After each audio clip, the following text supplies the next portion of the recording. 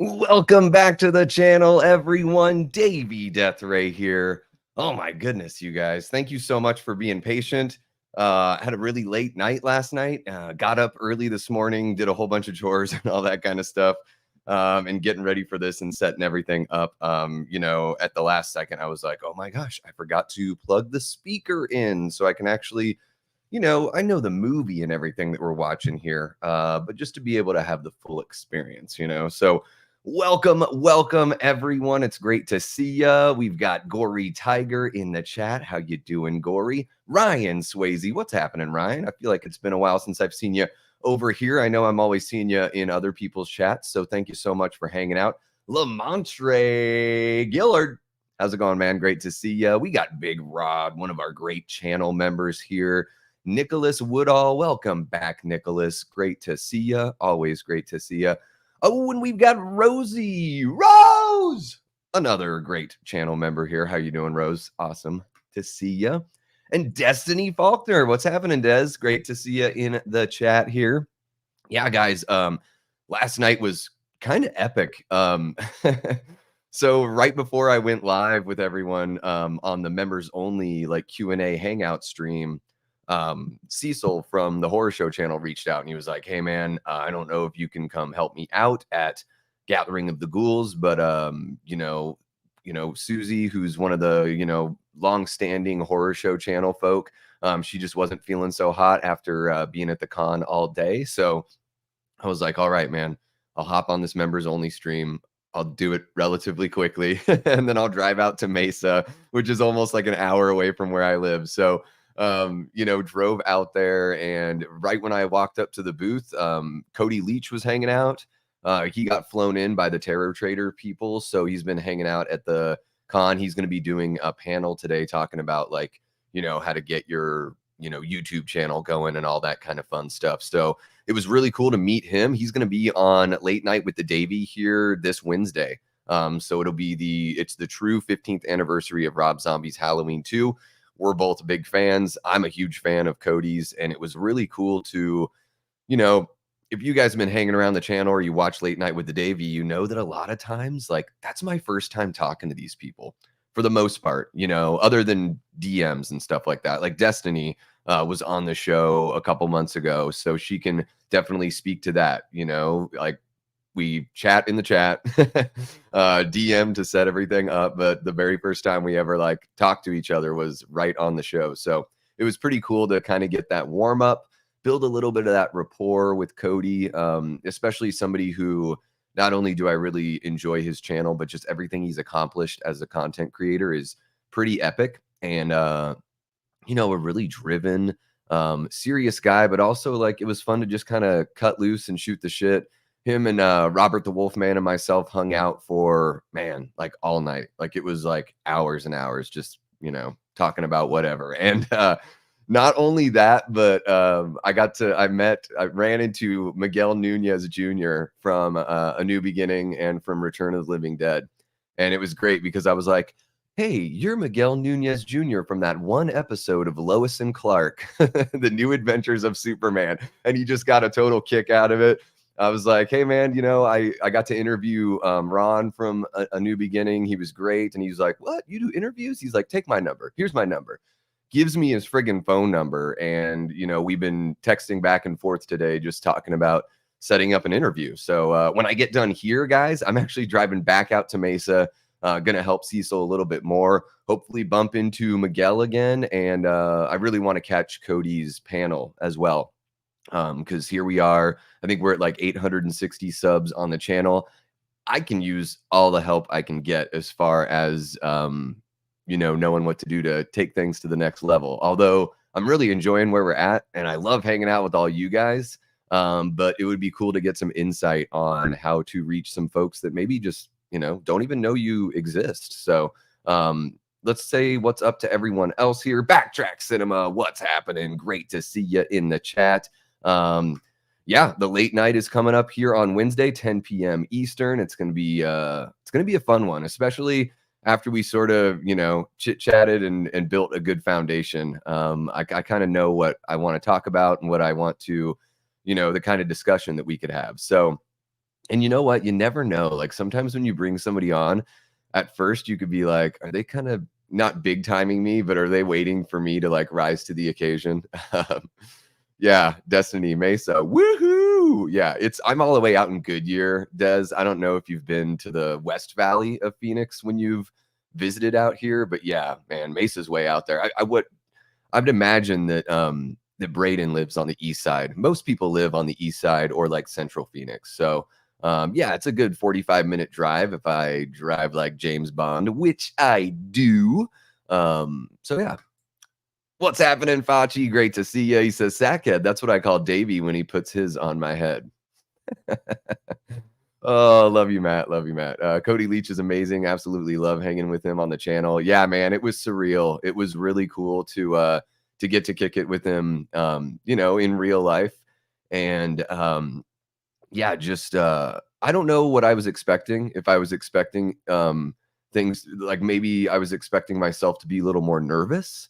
But after like just saying what's up and like having casual conversation and stuff, I was like, oh, Cody is like he's a regular dude. I think that's one of the most impressive things about everything that he's done. There's no weird attitude. Not that I expected that. It's just that, in my experience, when you meet people that are successful or you see them as successes, and they've accomplished a lot, you just never know if they're, maybe they're just so busy that they're thinking about a million things. So it might come off as if they're not really like giving you the attention or the time that you're giving them. But I can certainly say that hanging out with Cody felt like hanging out with a bud. So it was really, really cool.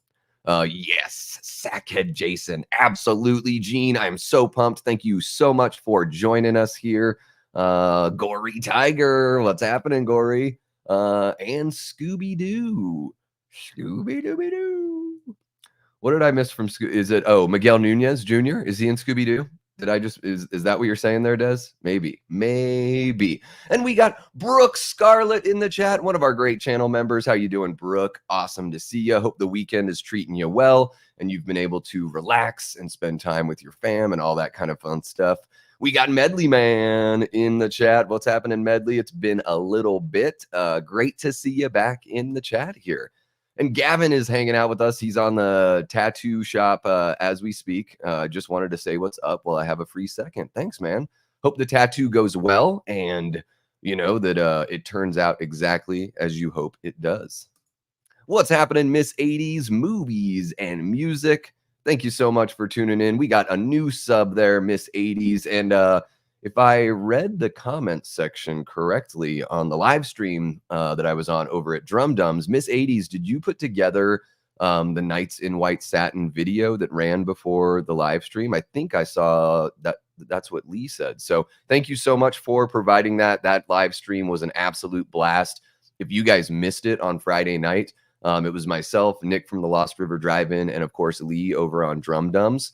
And we celebrated 15 years of Rob Zombie's Halloween 2. I'm a huge fan, as are those guys.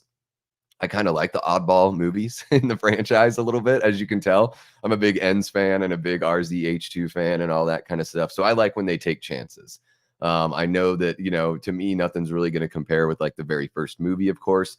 But from there, I'm just like, I kind of like the creativity, like let's just get a little crazy with it. And Rob Zombie certainly does that. So thank you so much, Miss 80s. And I guess maybe your name's Beth. Thank you so much, Beth. Great to meet you.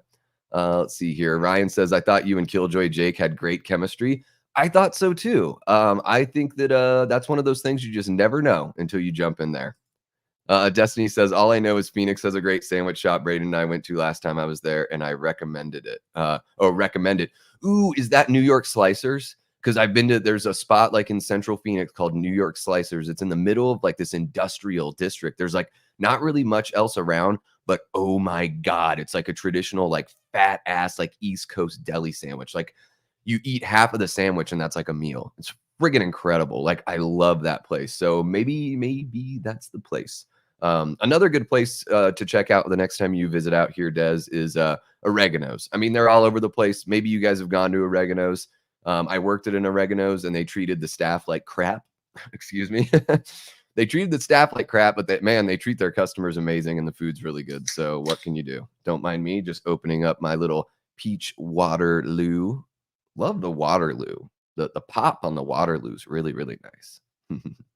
All right, let's see here. We got to get this movie going. Just want to make sure I'm not missing anyone. You guys are all saying hello to each other. Cody Snyder, one of our great channel members and mods. Thank you so much for showing up. And you know what, Cody? Just make sure these people all, stay in line. Okay. This is a rowdy bunch. It's a rowdy bunch. So, yeah. And Cody, if you missed it, I met Miguel Nunez Jr. last night. It was amazing, man. Wish you were there. Every time I meet one of these people from a horror movie, I'm like, man, I wish my guy Cody Snyder was right here. Awesome. Thank you for confirming, Beth. Yeah, thank you so much for subbing and checking out the stream. Let's see here. Anybody else popping in? I love seeing you guys say what's up to each other. You guys are so cool. The community here, you guys hear me talk about it all the time. I'm probably not ever going to stop talking about it. What you guys do for my mental health, maybe even for each other's mental health, the way that you guys show up, hang out with me, while I'm talking about whatever or watching a movie or interviewing somebody. I love that you guys come and hang out and kick it. So we're at about 12 and a half minutes. So we will get going on the movie, but I got to say what's up to Brad Johnson, my guy Brad from Juneau, Alaska, my hometown. I've known Brad for a really, really long time. What, Brad, like 23 years or something we've known each other, 23 or 24 years, late 90s, early 2000s. I used to host shows in Juneau where we would do like canned food drives, 3 cans of food or $3. We'd use the money to pay off the rent of the hall, and then we'd use all the canned food. We'd take it to either the food bank, or there was a shelter there for, underprivileged families. So we would donate the food, and kids would come out and listen to some punk rock and some metal. And in a town like Juneau, Alaska, where all there is to do is go watch a movie or cause trouble, it was really cool to be able to be a part of that. And Brad was a big part of that, not only as an audience member, but then he brought his bands in. And yeah, Brad just got married. Congratulations. Brad actually got married at the gathering of the Juggalos, and ICP were his witnesses that signed the marriage license. Like, regardless of how you feel about ICP, like that isn't can you imagine being a fan of someone's music or something that they've created, the whole like culture and everything, and then they sign your marriage certificate? Like, that's friggin' incredible. What's happening, Eli? One of our great channel members here, and the guy that is the reason for the season for our Tales from the Crypt coverage. And I'm still looking out for that other package, Eli, but I'm going to be gone for the rest of the day after we watch this movie. So hopefully it doesn't cook out there in the mailbox if it does arrive. Although it's Sunday, so I guess maybe it won't arrive today. But I'll be on the lookout tomorrow. What's happening, Adrian? Great to see ya. Great to see ya. Boom, there it is. What's up, man? Good times indeed. Hell yeah. I kept the fun alive. Tried to. Some of the neighbors didn't appreciate it too much when we were at the VFW hall. There was a couple fun run-ins. I don't know if you were there for any of that, Brad, but that was wild. One guy came into the VFW hall. Even though we went and talked to him beforehand, we actually offered to pay for his wife and him to go watch a movie. And they're like, well, we shouldn't have to. And it's like, well, yeah, you shouldn't have to, but also like we're allowed to play the show and we're offering to pay for you guys to go out. And he showed up like while we were doing a sound check and told me to like come outside. And I'm like, dude, I'm not trying to fight a grown man here.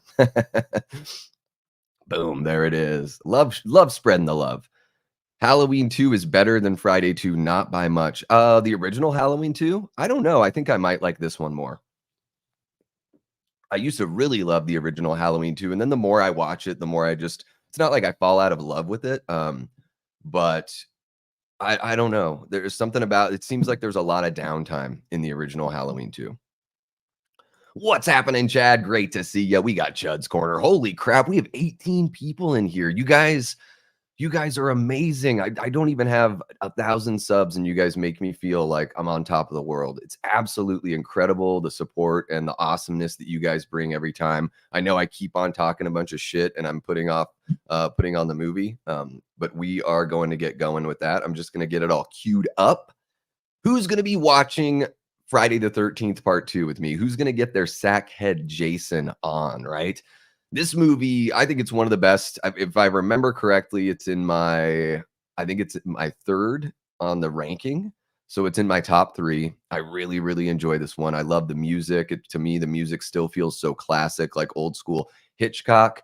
I love the look of Sackhead Jason. I think Ginny is an awesome final girl. There's so many cast members in this that I love that they can just like kill so many people. And then you still have like half of the cast that made it through the whole thing, which is kind of wild. And yeah, this movie also has some really great nudity. Can't wait to get to a little booty. Um, so you guys know me. I'm sorry. Hopefully it's not crass for the ladies in the audience.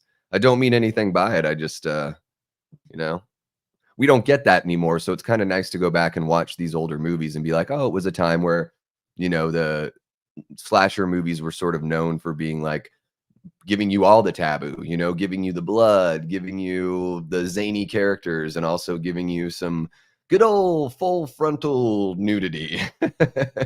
Yeah, so boom. Zook's sandwiches, awesome. Thank you, Destiny. I'm gonna write that down, or I'll put it on my phone or something. Let me see here.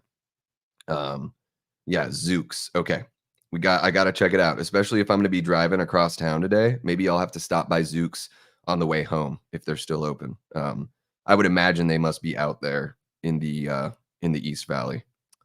Oh, and my phone wants to say Zooms, even though I picked for it to say Zook's. Okay, there we go. Got it. All right. Make sure there's no one else. Top 3 is crazy. Well, that's just your opinion, Medley Man. I don't think top 3 is crazy. Guys in the chat, let me know. Actually, you know what? How about this? How about we do a little poll? I like doing polls for the live streams. I've been meaning to put polls on everything that I do here, like any kind of stream, just because I think it brings a little bit more engagement. So if you guys don't mind hanging out while I do a poll. Let's see here. How about I'll say, is Friday the 13th part 5 top 5, or Friday the 13th part 2 top 5? How about that? You can hear me chatter away. Top 5 film in the franchise. And I'll do hell yeah. And then I'll do no way. I like just telling you guys my this is my creative process. It's so in depth. God, how does he do it? Okay, cool. Top 3's crazy. Yes. Cody says Kristen Baker Terry is the second most attractive woman in the franchise to me. Man, you are speaking my language. She's super cute, man. She pulls off the short hair. She's got a nice little, tight little tummy, little booty cheeks sneaking out of the shorts when she's walking, and duder that looks like Jacob Dylan from the Wallflowers is shooting her with the slingshot. Super cute butt. I don't know if I say this enough in the streams, guys, but I'm a total butt guy. I just think butts are just adorable. Love them. And yeah, Kirsten Baker for sure. Like, I would say, other than Judy Aronson, she's my gal. But Judy Aronson, just, man, I mean, even Judy Aronson now is one of the most attractive ladies out there, I would say, in Hollywood for sure. Eli says, got here late. How did it go last night? Saw you met Cody. That's freaking awesome. Yeah, got to hang out with Cody Leach for a good 5 or 6 hours, and got to meet Miguel Nunez Jr. from Friday Part 5 and Return of the Living Dead. And he was like, take my number, interview me, let's hang out. So hopefully I'll be able to check, bump into him later on today when I go back to the con. But okay, guys, we've been talking for 20 minutes, or I've been talking for 20 minutes. A bunch of blah, blah, blah. Who's watching with me? We're going to get everything going. Of course, you guys can see the timer that's right there. Ding! So we're going to get that going. And yeah, I just want to say really quick before we get going, thank you guys so much for tuning in. Thank you to all the channel members and patrons. You guys are amazing. And I can't wait to... Oh, did I accidentally hit something there? Yeah, can't wait to just see how the channel grows. So yeah, guys, we are going to start the film. So we're watching Friday the 13th, part 2 from 1981. And we are starting in 3, 2, 1, play. All right. Paramount logo is on the screen. And this one to me is just such an easy watch. I don't know, the first few movies in this franchise, even though the third one, like, I certainly have my issues with the third movie, I still really like it a lot. I think I got to give the edge to part two for sure. I mean, my top three are Jason Lives, the final chapter, and part two. That's how I roll with my top three. Cody loves short hair on women. Yeah, I'm kind of one of those people like whatever fits, if it fits, then great. And I think that some people just have the ability to pull it all off. It's yeah, it can be a really good look. Friday 2 is Brooke's favorite in the franchise. So take that, Medley Man. Not only is it top 3 for Brooke, it is her favorite in the franchise. And I don't think I can fault you for that at all, Brooke. I think, when it comes to those top 3 for me, it's almost like, how do I feel about it that day? Because Friday Part 2 was probably my favorite in the franchise, like as I was growing up. Then it became the final chapter when I was in my 20s. And then when I hit my 30s, I realized that Jason Lives was just so much fun. I loved it so much. Scout is rocking the short hair now. Looks fantastic. Yeah, I'll have to check that out because maybe I've seen that recently. I know she's been directing some movies and everything like that. But yeah, I mean, talk about attractive women in horror. I mean, Scout is one of the top. She is absolutely gorgeous. And not only that, like I mentioned this the other day, even better, because to me, looks are great, whatever. But if you can't act, I don't care how pretty you are. Like I really don't. I'm one of those people where I'm like, I want good acting. So if you're not a good actor or actress, like get the hell out of here. And I think that Scout really brings it. She's really good in Rob Zombie's remake, which I'm pretty lukewarm on, but man, she really takes it up a notch and brings it in his sequel. I really love Adrian King here has got this like this little like jumper, like this romper outfit on. It's like such a mom outfit. It's like what my mom wore when she was like doing a teacher assisting back in Alaska. There you go, Eli. Don't forget to hit that like button. Guys, if you're not subbed, please throw us a sub. Check out what else is on the channel. We also just unlocked membership. So for as low as 99 cents a month, you can become a member. And yeah, I mean, I do exclusive live streams. Last night we did a hangout and Q&A. I do watch parties of the Tales from the Crypt episodes that are members only. Eli was talking about that picture of Cody Leach. I shared it on YouTube, but I shared it to members only. So, little like behind the scenes, that kind of stuff, you're going to get that, from becoming a member. So, yeah, do it up. Chad says Ginny is a top tier final girl. I hard agree. Hard agree, Chad. And I know that, Amy Steele sort of, has a little bit of regret that she didn't come back to the franchise because I think the door was open. I don't know if there was like an official offer on the table or anything, but I think it's like, if I remember correctly, they were talking about, wanting to bring her back. And it's interesting to think about what kind of direction Friday the 13th would have gone if we brought back a final girl and had like, similar to a Nightmare on Elm Street and Halloween, where there was a final girl that had like a legacy run in the series. Whereas, as you all know, we end up getting that with Tommy. So a little bit of a flip in Friday the 13th. So I think it's cool that it's different. But I would have certainly taken Amy Steele returning to the franchise. Absolutely. I mean, I wouldn't even be against it now. Like if they did a legacy sequel and brought her back, I'm into that. I'm into that for sure. She's been doing child psychology for, the last 35 years or whatever. And something happens that gets her roped back into the world of Camp Crystal Lake and the Voorhees family. It could be interesting. Cody thinks she's overrated. All right. I know that Cody, you really like Trish from Final Chapter. I know that that's your gal in the series and everything. So yeah, I think there's definitely, there's different camps, right? Some people like, I know Tony Michael from Two Dudes and Some Bullshit with Dave McRae, like he's, Ginny ride or die, like he friggin' loves Ginny. So yeah, I mean, I think that it's cool that we have them all, right?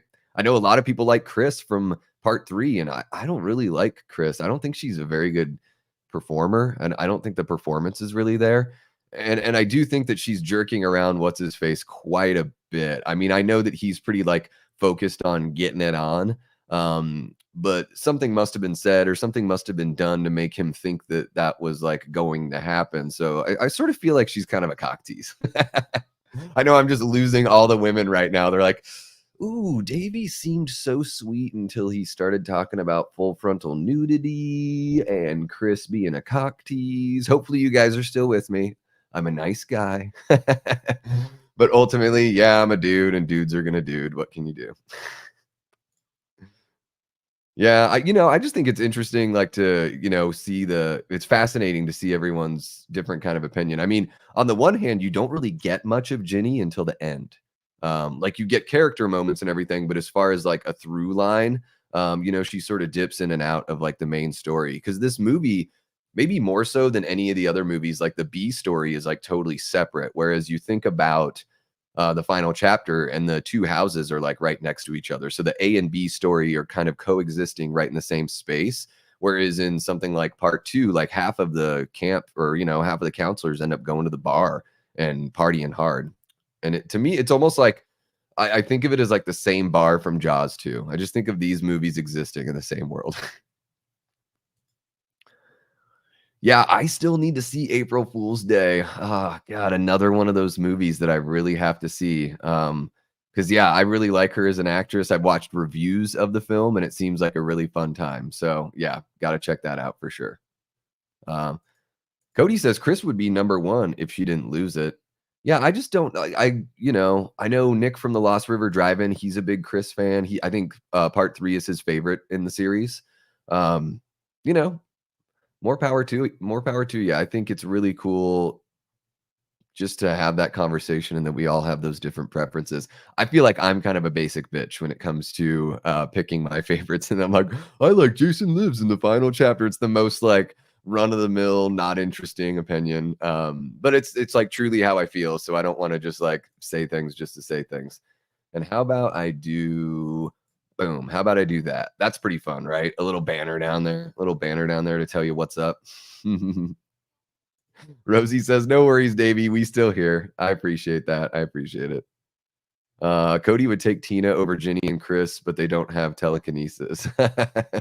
Yeah, Tina. Man, I really wish we could watch like the true, intention behind. Like, I wish we could watch the original cut of a New Blood. The New Blood. Yeah.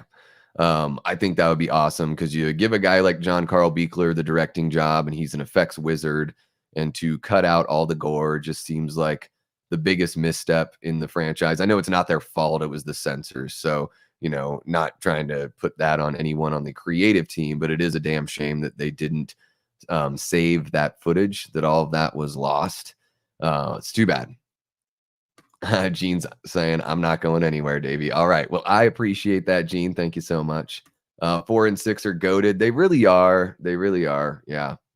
Yeah. That was my first love with the franchise. Like when I first saw it on like the USA Network, I really dug the New Blood. I mean, seeing it on TV is almost completely appropriate because the real cut of the film is almost a TV cut anyways, other than language and nudity, really. And I love the way Jason looks in that movie. The exposed ribs, of course, his vertebrae. Like I really like seeing that backbone.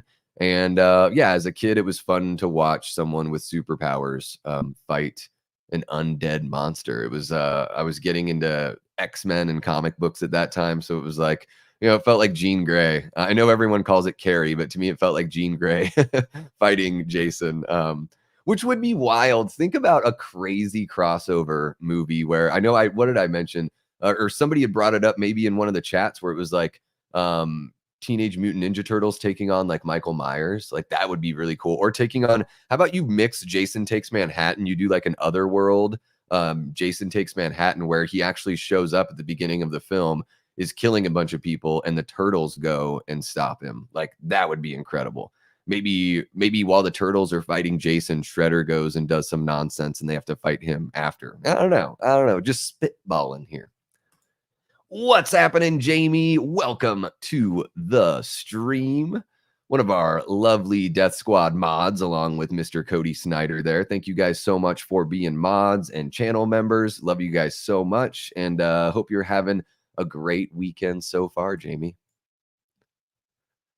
So yeah, we got our little ticker there. If you want to join in, Alice just got out of the shower and she's suspicious that something's going on in the house. And she's damn right.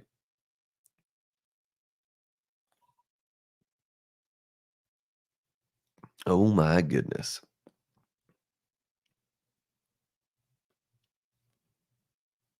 Would you guys like to have seen Alice have a longer run in the franchise? I know that I think Adrian King just wasn't really offered much. Um, I don't know if they had written her to die before that or before she said no, and they just decided to bring her in just for this one little scene. Um, but yeah, I mean, I guess at this time, what? Halloween 2 came out in 81. I don't know if it came out before this movie, but the idea of like returning characters to a franchise wasn't really, a thing yet. Which one's the ugly one? TMNT looking at Jason and or Freddy.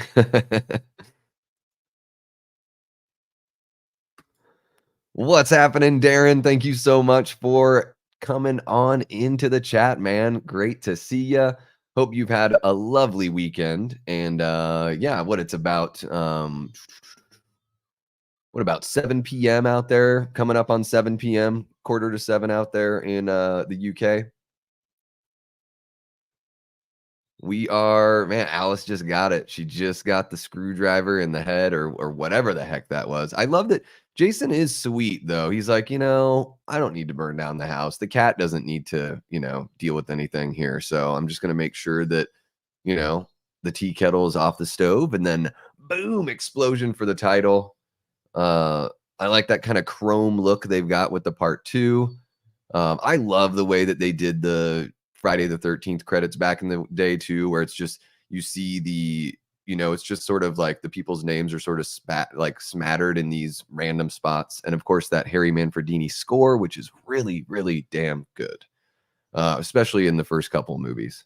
I mean, don't get me wrong, I like the disco theme too. But I do like that this feels Hitchcockian, the music.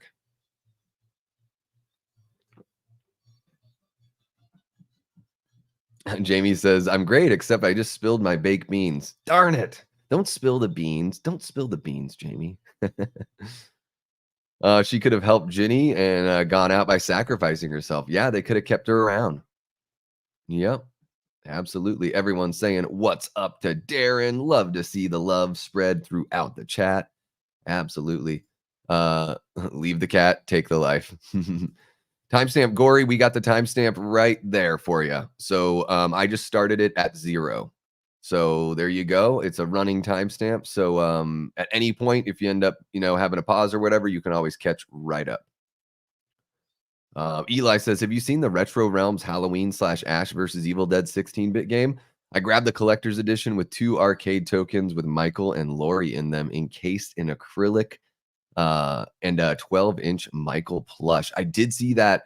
Is that like the $100 package, or is there something even beyond that, Eli? I did see the trailer for those. I love Halloween, but like that video game, I'm just sort of like, well, I guess that would be kind of fun to play as Michael, whatever. But I think the Ash versus Evil Dead game, I just think that the style of gameplay and everything really fits that character in that world. So I would be more excited to play Ash versus Evil Dead than I would for Halloween, but I'm sure they're both going to be really fun. I would imagine they're both obviously they look similar. Hopefully there's some different gameplay elements that really sort of separate them a bit. But yeah, I am looking forward to checking those out when they're released. I wonder if they're going to be, do you know if it's going to be on all platforms? Like, would I be able to get it for the Switch? Because I think that's how I would prefer, just so that way I can play it anywhere. Jamie says, I talked with Adrian King last Scarefest, and I told her that I don't think Alice is really dead because there's no way that Jason could find her and travel to where she's at. She liked that. Well, yeah, didn't they bring her back in Jason Rising? I think that's what it's called. That was a Friday the 13th fan film that was made in Portland. Actually, one of my former classmates is in that movie. And Adrian King pops up as Alice. She's got like the yellow rain jacket on at the very end and everything. So yeah, in that world, she did survive. I think it was Jason Rising, I'm pretty sure. Are you going to host a watch party for that Gathering of the Juggalos movie? I don't know if I'll do a watch party for that, Brad. Maybe somewhere like somewhere down the line. But I will be. Yeah, there's a movie called Off Ramp, guys, and one of my guests in September for Late Night with the Davy. He's going to be on Wednesday, September 11th. His name's Jared Bankins. You've probably heard me talk about him a lot on the channel because he is my fan cast for Freddy Krueger. I think he would be an amazing Freddy Krueger based on his performance from the Twisted Metal TV show. He takes just this sick joy in torturing and tormenting his victims. And he's got a really nice, like, slender look. Plus, I think he's turning 37 this year. And I believe that Robert turned 37 the year that the original Nightmare came out. So, not saying that they're going to get the movie done like that quickly, but I do think it's nice to, picking somebody that's not too old so you can have a good, like, 10-year run with them as long as the writing is good. And I think another important thing for casting Freddy Krueger is to do somebody that's not a household name. And while Jared's been in a bunch of movies and TV shows and stuff, he's not, he hasn't reached that. Everyone talks about Bill Skarsgård, like we want to put Bill Skarsgård in every damn movie. And I agree that he's a very talented actor, but I want that, suspension of disbelief. And to me, the way you get that is by casting somebody that's not a household name. So I don't know, Brad, if I'll do a watch party for it. I am going to watch the movie before interviewing Jared because I want to be able to talk about the film and promote the film. But yeah, guys, it's called Off Ramp. I think it hits there. It's popping up on at festivals all over the place right now. But I think it's going to be available for streaming on September 6th.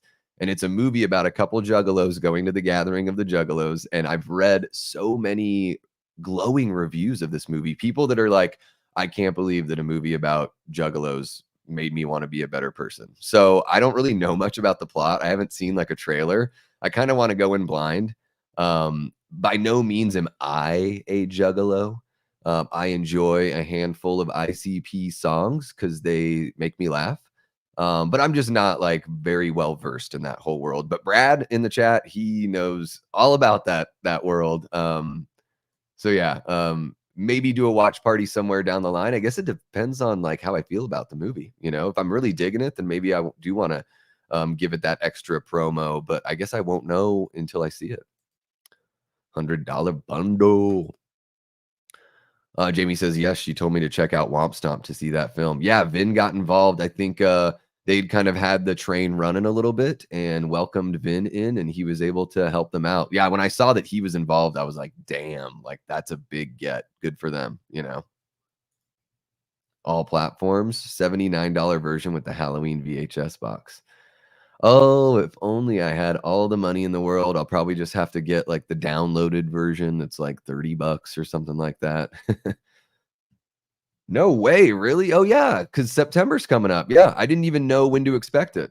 Man, I wonder if did you get like an email or something, Eli? Because I haven't seen anything, but I'll have to keep an eye out. I'm really looking forward to that box. I'm really looking forward to that box. And no, I'm not talking about Terry, Cody, but in a way, I sort of am. I saw that you said that the other night, Jamie. Was that on? Gosh, was that on a Late Night with the Davy, or was that on the Halloween stream? Um, the Halloween 2 stream over on Drum Dums. I can't remember, but yeah, I don't think that would be a bad pick either. I think as far as like he's got that was like that body type that's just so unique that, could be very unsettling. I think that's like an important thing with Freddy is that there should be something that almost looks unnatural and uncanny valley about him. Oh, here we go. We got Terry in her sweet Mickey Mouse shirt, tightest tum in the biz. And we're about to get a little booty shot. There it is. God bless the early 80s. It's just, what would we do without the early 80s? I don't know. I don't know who I would be because I was born in the early 80s. But this guy's like, he's such a creep, but he's also like, does she like it? It seems like she likes it, right? But he's got to do all the work. What's going on there?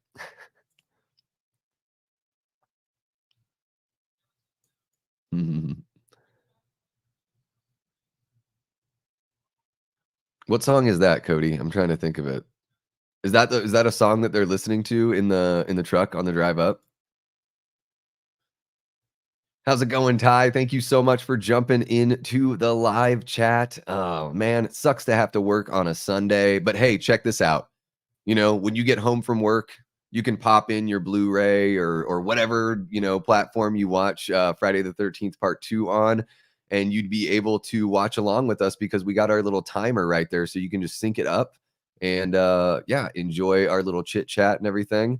We have a little side chat going on. But yeah, be definitely talking about the film primarily. I love how concerned Crazy Ralph is. He's just like, man, I gotta let him know. I gotta let him know that they're all doomed. What can you do? Um, and Ginny's bug is awesome. Like, I'm a big fan of the old school bugs, and the convertible, super sweet. And it's not the last time we see a VW bug in the franchise, right? Because I think in part 6, yeah, the camp counselors at the beginning of part 6 are heading out in a yellow Beetle, I believe, which always makes me think of Transformers. Richard Brake would be good, but he's kind of old. Yeah, he's way too old. Richard Brake would have been great if they wanted to reboot it in the 90s, or early 2000s, even before the Jackie Earl Haley.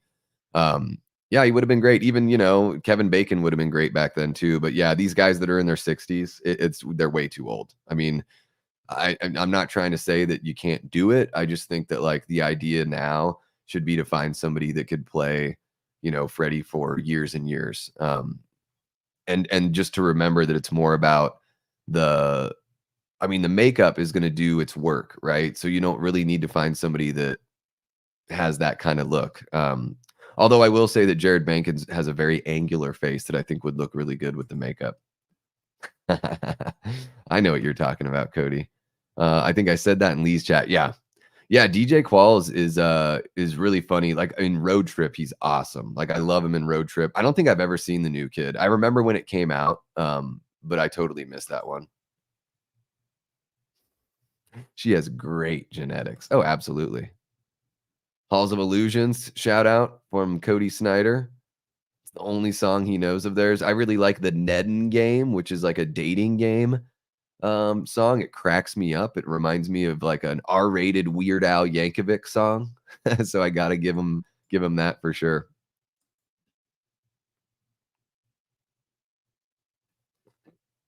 Oh, you know what, guys? I also forgot. Let's see here. Oh, dang. I thought I had an overlay for the theater seats, but I guess I totally forgot it. Sometimes StreamYard really messes with me as far as you know, yeah, like I tried to use the movie date with Davey and Kate thing and it was messing with me. Let me see if I can bring it up while we're hanging out here.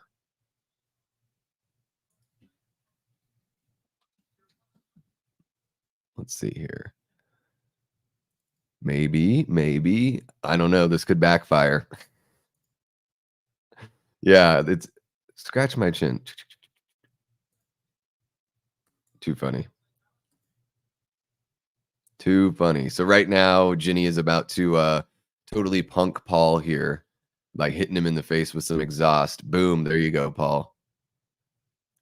You bastard. Let's see if this one's better. That's the one I'm looking for. There we go. Little MST3K. I love my boys. If you guys have never watched Mystery Science Theater 3000, I highly recommend it. It's my favorite television show of all time. It's where I learned to love bad movies, quote unquote bad movies. Yeah. What's happening, Nicholas? Great to see you, man. Says, hey, Davey, I just woke up. There are 13 likes. Well, guys, there's 15 people in here right now. So who's slacking on the like button? And at one point, we had like 17 or 18 people. So come on, hit that like button. Don't be shy. Take part in the poll. Um, we've got 20 votes in the poll, and 90% say, hell yeah, Friday the 13th Part 2 is a top 5 film in the franchise. That's pretty incredible. Hell yeah. Hell yeah. 13, appropriate. Yeah, very appropriate.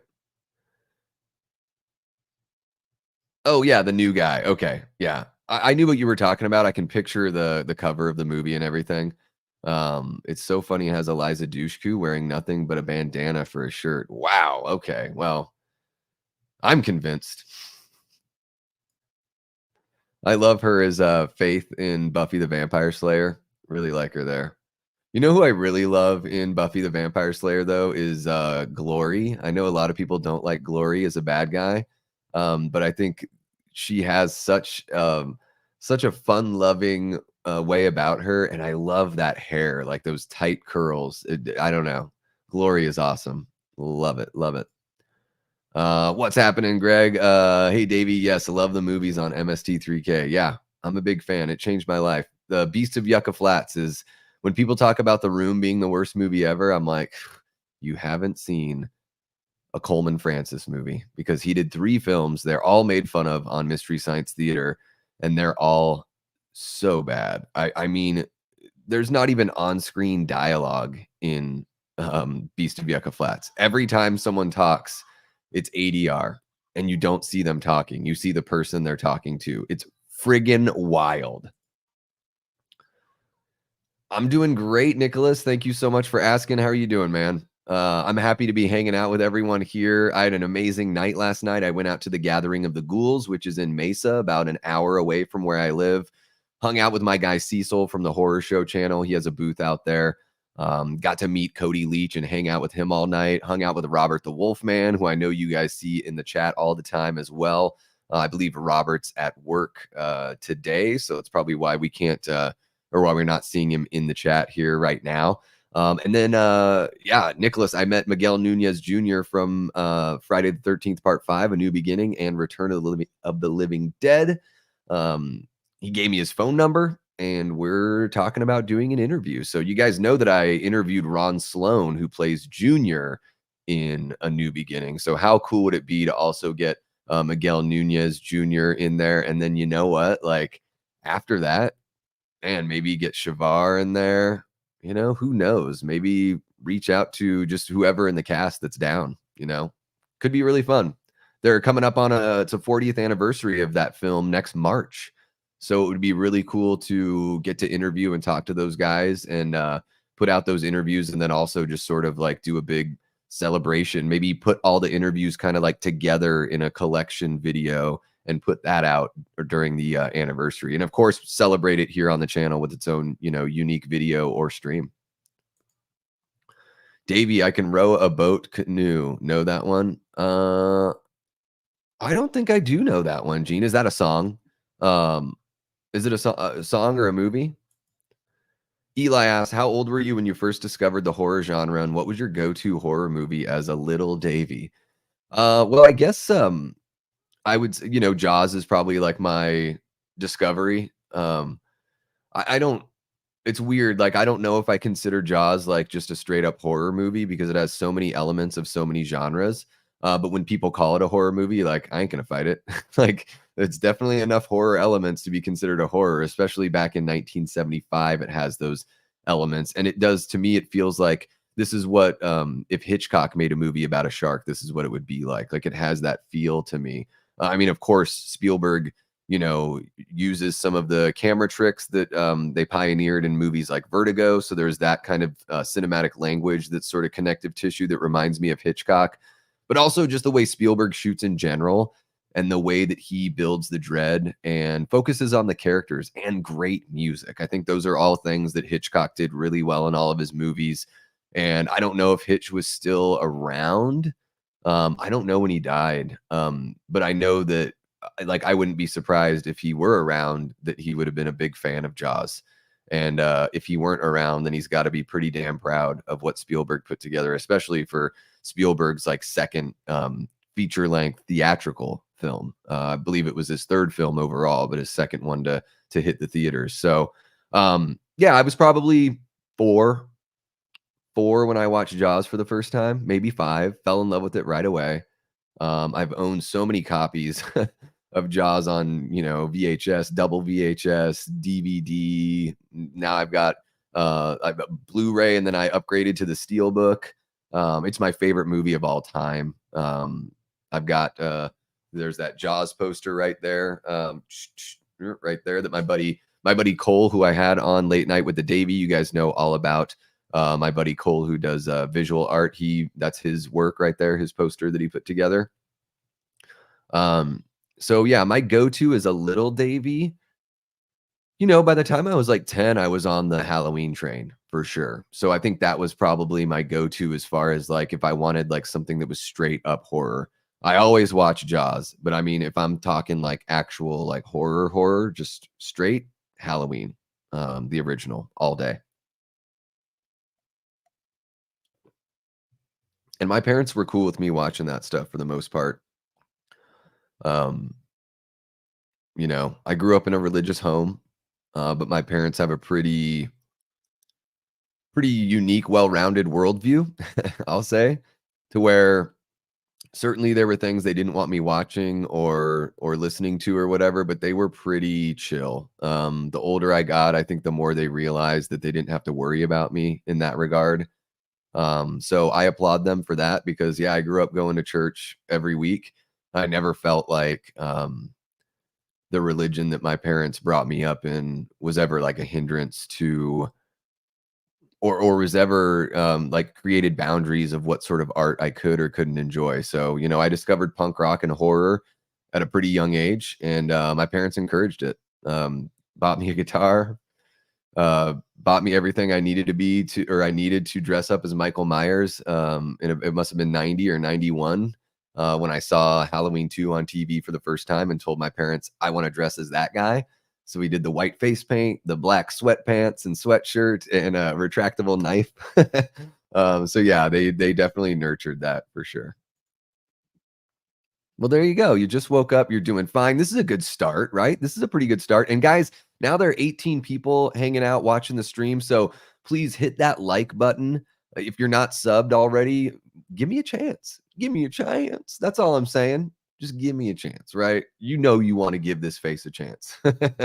And then for you folks that are subs and maybe wondering if you want to give membership a shot, just for 99 cents a month, you can become a member. So certainly not a requirement, but really cool. You guys fuel the channel just by showing up and hanging out. So really appreciate you guys for that. And those who are able to be channel members, that's really awesome too. My goal is to just be able to pay, if I can pay one household bill with membership and super chats, like that would be incredible. Like it would be so cool to be able to go to Kate and be like, hey, our utility bill is paid from YouTube.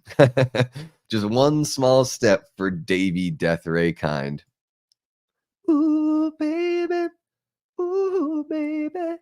Hey, baby. I also like when he's in the shitter and his chickie starts shaking it and he's like, "You're gonna get it, bitch." I love the way he says that. Medley Man says Friday Part 2 is like Halloween 2, where you start to realize everything you like about the film is based on little gimmicks like masks and kills and tits. Yeah, I mean, that's the slasher subgenre, Medley Man. You know what I mean? Like that's just I don't think it's gimmicks. I think it's let's say this. They're not gimmicks, they're tenets of the subgenre. It's what we come to expect when we go and watch one of these movies. So I guess you could call it, to me, gimmicks has a negative connotation. So I'm gonna say tenets because I believe that it's not a negative thing that these movies have masks and kills and tits. I'll take all the masks, kills, and tits you got, for sure. Greg says, Davey, I haven't heard you go to Mad Monster this year. And did Atomic Monster ever get restarted in Mesa? I don't know about Atomic Monster. I did not go to Mad Monster this year because I went to Days of the Dead. Mad Monster was like 2 weekends after that. So I went to Days of the Dead, worked the Horror Show Channel booth with Cecil and those guys.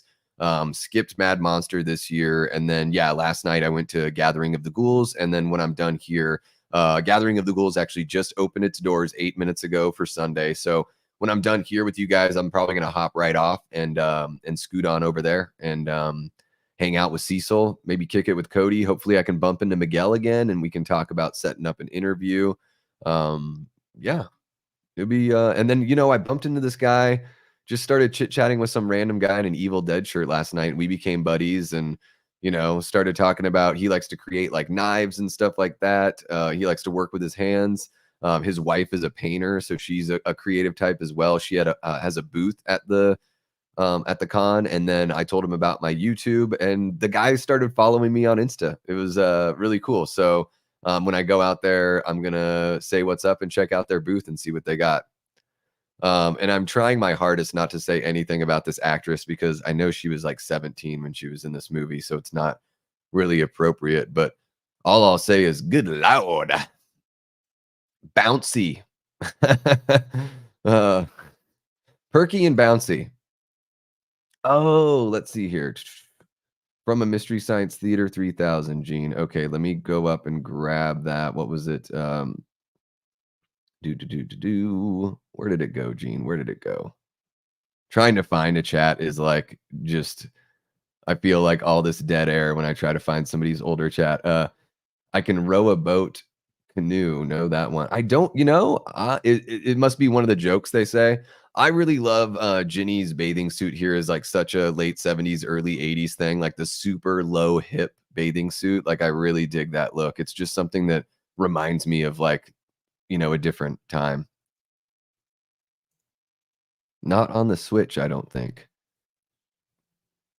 Which one on are you talking about the video game? I might have missed something.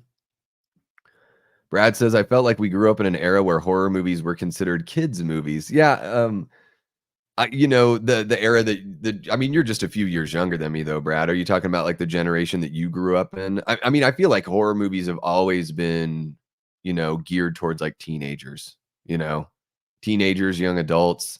And then certainly in the era that I grew up in, I was born in 82. So I started seeing these movies in the early 90s on the USA Network.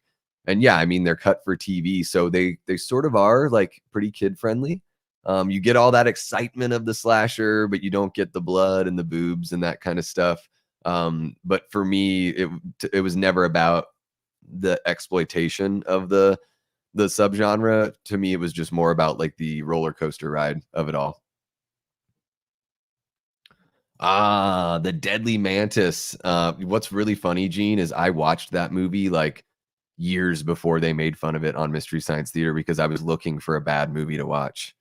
R.I.P. Muffin. Muffin's toast. Because Muffin doesn't come back because at the end it's all a dream sequence there. So Muffin never comes back. Muffin's done. Yeah, I think I've only seen that episode of Mystery Science Theater, maybe a couple times, Gene. I'll have to revisit it. Straight up, says Eli to Brad. Yeah. And look at that. Cody Snyder gifted a channel membership. Let's see here who got it. Brent Madison was gifted a membership by Cody Snyder. Welcome, Brent. I know you're probably not here in the chat, but you're going to get a little email. It's going to let you know that you're now a channel member. How cool is that? I love it when you guys gift these channel memberships. It gives somebody, I don't know if I've seen Brent. Maybe I've seen Brent. I think the little icon looks somewhat familiar. I may have seen Brent in a live stream before, but I think what it does is it encourages people to come and check out, everything the channel has to offer because it was gifted. All right, right? So why not? And let's see here. We're at 28 votes on the poll, and things are evening out a little bit. Is Friday the 13th Part 2 a top 5 film in the franchise? 82% of you say hell yeah, and 18% say no way. You crazy, Davey. Now I can barely get my kids to watch Beetlejuice. Nicholas got breakfast and coffee, and there are 17 likes. I'm jealous of you. I ate a banana before coming onto the stream, but I'm gonna have to grab something on my way to Gathering of the Ghouls. Yeah. Medley Man says I have this movie around the same place as Friday Part 7, which I have below 9 and X, and then my top 5 is the remake, 6, 5, 4, and Freddy versus Jason or X. Yeah, I mean, you and I would like. It's almost like we've got a little bit of an opposites thing going, but I think that's awesome, Medley Man. I think it's like, you're not shy to talk about your opinions on these movies. And I think that's really cool. I think like, and this because you do it all the time is, talking like about why it works for you or why it doesn't. I think that's a really key part of it too. And hell yeah, woohoo, Cody bringing the generosity like a pro. Not only is he a channel member, not only is he a mod, like he's a mod like all over the friggin' place. I had to pull him away from everyone else to be a mod over here because we're popping off, people. But Cody is also generous and gifting those memberships. Really cool, man. Eli says, same with mine, Bradley. Kids nowadays aren't really interested in movies because of all the social media. Yeah. Well, yeah, and I think sometimes, like, I think something's been lost with storytelling in movies where it seems to be more about, like, I don't know. I don't want to say it.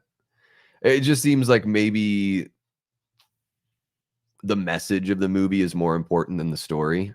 And I think that messaging in movies can be done really, really well. And I don't care. Like, Brad, you and I were texting about this earlier this week. Like, I don't even have to agree with your message to enjoy the movie as long as you work your message in a smart way and it's subtle and storytelling and character development and arc are the main focus of your film. I don't even necessarily have to agree with, the greater point that you're trying to make, but when you're like trying to hit me in the face with your point and it makes the other things suffer, the things that I go to a movie for, which is the story, the atmosphere, the performances, the character development. Like if those things are suffering because of some sort of point that you want to get across, like I'm out. Even like George Romero, I love George Romero to death, but I'll probably never watch Survival of the Dead again because I just felt like he had really lost his touch for. I think you could make the same argument with Diary of the Dead. I enjoy Diary of the Dead more, but I do think at that point George was sort of like losing his subtlety with what he was trying to say about humanity. And I'm not even saying I disagree with what he was saying about humanity. Like I do. It's just sometimes like regardless, it's like if it's too on the nose, I'm not about it. I feel the same way about like the later Kevin Smith movies. I even think Dogma, like for how funny Dogma is, I'm like, dude, you think you're being like really daring and progressive with what you're trying to say about like religion and faith. And I just think that like I don't know. I felt that way already, and I was like a teenager when that movie came out. So I guess I just didn't really see that he was bringing like added value to that conversation. Boy, I really went off on a tangent there. The sheriff just got it. Hammer in the back of the head. Damn, that looks like it hurts every single time. I appreciate that kind of impact there. Like you don't need much blood or anything like that. Sort of feels a little bit like original Texas Chainsaw Massacre with like the mallet hitting Duder over the head. Shout out to the rainbow suspenders on Dude. Like those are amazing. I mean, come on. Like, it takes a real dude to pull off suspenders, and that guy's rocking them. It's like the only people that I can think of that really pull them off are like Gallagher and that guy. What's happening, the Ribbit? Great to see ya. One of Killjoy Jake's subs that is came over here during the stream the other night. I'm not sure if you're subbed over here now, the Ribbit, but if you are, thank you so much. And if you're not, thank you so much for joining us in the chat. That is an awesome. I love the Photoshop there of Killjoy Jake's head on this like ginormous. I think I called it. It reminded me of a Bobo from Double Dragon. That body is just muscles on muscles. It's just an explosion boiling over beefcake. Jamie, I don't think Mad Monster. No, it's not specific to Phoenix. I think Mad Monster is probably in like maybe 6 to 8 cities around. Like they usually do one in like one of the Carolinas. I can't remember where else I have seen like multiple Mad Monster. I think technically it's called Mad Monster Party. But yeah, I mean, if you look it up, I would imagine that I think they're making their way like closer to the East Coast right now. So I don't know if they're going to be like in your neck of the woods, because I know I think you're in upstate New York, but they may end up somewhere kind of close. Yeah, I went to Mad Monster last year, and that's where I saw Dylan's New Nightmare at the pre-screening. I didn't meet Cecil. I'd met him shortly thereafter. I tried to meet him, but I was a little nervous, and there were so many people hanging out talking to him that I just sort of shied away. I know. Me, nervous? Yeah, it happens, people. I met Dave McRae at Mad Monster last year. That was like a really awesome moment. He was in his Freddy makeup and everything. It was really cool to chat with him. He's a YouTuber I've looked up to for so many years, and a professional performer. So I, really cherish those opportunities to meet people that are creative for a living.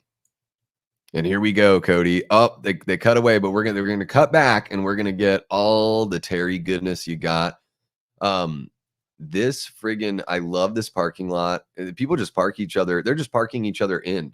They're just like, fuck it. Like, you're here to drink for the rest of the night, and we're just gonna block you in. And there's some really cool cars here. There's like a Corvette, the Beetle, the amazing like Chevy truck. I mean, that thing's just gorgeous. It looks like there was a maybe a Mustang that the truck parked in front of. A beautiful big old shaggin' wagon van. Brad says I was born in 84. We're not too far apart. Yeah, just 2 years. And there we go. Terry is topless. And, you know, the world will never be the same. I always wonder, like, were people more comfortable back in the day doing this kind of stuff? Or, is it something that people were always uncomfortable with? And that's why we've sort of like seen it leave movies? I don't know. Again, I don't think it's necessary. I certainly enjoy, Jason Lives is my favorite in the franchise. It has zero nudity. So to me, it's not a requirement. I really do enjoy a lot of modern horror movies that don't have that element. It's just cool that you always have this to go back to. So I don't think it's something that's like, oh, we need that all the time. But I am happy that it existed in this era. And I think that's one of the fun things about film is it's a little bit of like a time travel. When you go back and watch a movie, you can sort of put yourself in that era. And I think it's actually kind of important to do that. I know speaking to Dave McRae, he's talked about this on his channel where, to give a movie the proper context and also to like give it a proper chance, to sort of watch it when you're watching it, sort of think about what it must have been like when the film came out. So when you sit there and you watch a movie like Citizen Kane, you can't sit there and be like, well, this is like so boring compared to, I'm trying to a Transformers movie or whatever the hell. But it's important to just sort of like think about it in that time that it was created for sure. And I think especially with how sensitive some folks can be, that's another thing that sort of helps you remember that just because these things existed in the past, you're not saying that these things are okay, whether it's language or something like nudity, or some sort of like uncomfortable sociological element. I think it's like it's still a product of its time. So to judge it by the world that we live in now, I don't think is necessarily fair. It's like when people tried to take Huck Finn out of schools. It's just sort of like, well, when that book came out, I don't know how controversial it was. I mean, I wasn't around. But it's one of those things where it's like, context to me does matter. Eli was born in 86, probably the best year. Just saying. It sucks because I want my kids to watch the new Beetlejuice with me. Well, do they like the original, Brad? I don't know. I think the original's great. Jamie says, I've never heard anyone say the end of part 2 was a dream sequence. That's super interesting and changes the way I interpret that. No wonder we didn't know what happened to Paul. Yeah, so when we get there, Jamie, I think you'll see I'll be able to explain it a little bit better, once it's on screen and everything. But yeah, because I think they do that whiteout, so Jason jumps through the window, they do that whiteout fade, and then the paramedics are there, putting Ginny in an ambulance. So like if that wasn't a dream, then Jason would have killed her.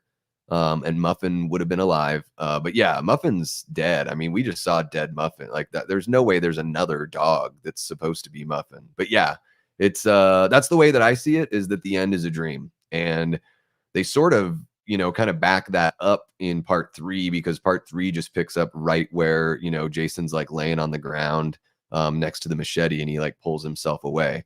So if you consider like part 3, the canon continuation, which it certainly is, I think it takes place on this just the next day. Then yeah, Muffin's toast, and everything that happens in the cabin after they leave Jason's shack didn't happen. And Paul's probably dead. Nicholas says, Davey, just curious, do you believe in the paranormal or supernatural or the devil hour? I don't know what the devil hour is. I believe, yeah, I think there are things that operate in this world that we can't really quantify. Yeah, for sure. I haven't experienced them myself. So I do believe that there are things that we can't see that are operating for sure. For me, 4 and 6, 3, 5, 7. Is that your tops? That's your top 5. So if the end of part 2 is a dream, then her boyfriend might not have showed back up. Yeah, I think he's dead. Jamie says I was born in 73, so yeah, I'm old. Not true, not true. You're older, not old. Come on. Come on, man. Man, she's barely gone and he's toast. It's wild. Medley Man says it's not the mask kills and tits are bad. It's just that when considering how good movie story technically is, it can pad it and make it slightly technically less good, regardless if it's cool. It just seems like it's so important to the story, though. Like, what are these movies without the kills and the mask? I think it is. They are they are storytelling elements. I mean, you could say that everything that's not actively pushing the story forward is padding. So yeah, every film technically has padding, but as long as it doesn't feel like they're wasting your time with it, as long as you don't really feel like it's padding, I think like it works. Yeah, it's wisdom. It's not old. Come on. Nicholas says it's been so long since I watched Friday the 13th part 2, so I don't remember much about it. It's really good, Nicholas. I really love this movie. So I'm pumped that you guys picked it. I would have been fine watching any of the movies that I had put on the poll, but this one won in a landslide. The message is separate from the quality. It absolutely is. And unfortunately, the message can negatively affect the quality of a film for my personal experience. Boom. Brad saying he agrees. I always appreciate a good message. Me too. I want it to be told like smartly and subtly. I sort of feel like it's our responsibility as an audience to almost like meet the filmmakers halfway, and do some of the thinking. And they don't need to do all the thinking for us. Like, subtly put it out there and let us see it, the way that you look at a painting and interpret something differently than somebody else might have, or maybe like a lyric in a song that you think means one thing and then somebody else is like, oh, I thought it meant this. I think that's the fun part about, not having something shoved in your face, regardless of, you know, where it's coming from. I don't want even a message that I agree with, I don't want shoved in my face. Boom. Thank you, Ribbit. Appreciate you, bud. Part 2 is definitely my favorite in the Friday series, says Jamie. Ginny was a huge influence on me growing up. Her empathy and strength were inspiring for me. I wanted to become a psychologist because of her. Yeah, and right now we have the pivotal scene. Sorry about the plosive on the mic. We've got the pivotal scene where she's talking about, just sort of examining like what if Jason really is out there, and like where would he be mentally? Like how confused, she has, like you're saying, the empathy. She sort of feels for him, and whereas the other characters think it's just kind of a joke and a folk tale and nothing real, she's like, she is considering it very seriously. Nicholas says, Davey, to be honest, I never see a movie that pushes its message down your throat, so I can't relate to what you said. Hopefully you're not mad at me. Not at all, man. We all have varying degrees of like how we watch movies and what we soak in and what we enjoy when we watch them. I'm a really analytical type, so every time I consume a piece of creative work, whether it's music or a film, I like to really think about it a lot. I like to look for things, and I don't know. To me, maybe the first time I just sort of soaking it in. But I'm a big rewatcher. So the more I watch a movie, the more I want to like look for maybe not necessarily deeper meaning, but like just peel back some layers and see if there's something there that maybe I missed before. But I think we've seen it in, I mean, I think we've seen it in Star Wars recently. I think we've seen it in the newer waves of the Marvel movies, not every single one. But we see some like really on the nose messaging that seems to not really fit the property. Yeah. Uh, Greg says when you and I met and talked at Mad Monster, we talked a few minutes. I didn't know you had a channel till later on. Well, Greg, I really didn't have a channel then because right after Mad Monster is when I started my channel. I think it was like the following Monday, I did a review, a spoiler free review of Dylan's New Nightmare on my phone. Didn't even have a little microphone or anything, just did it straight on my phone. And so, yeah, that was the day that I decided to officially start my channel. But I'm glad you found me, you know? I think what made the nudity uncomfortable for many is that it was mostly women. It was rare to see a naked man. Sometimes we see a little man booty, but never a front view, still a rarity. Yeah, I think, I don't know, maybe just like, does anyone want to see a dong flopping around? Maybe. I don't know. You tell me, Jamie.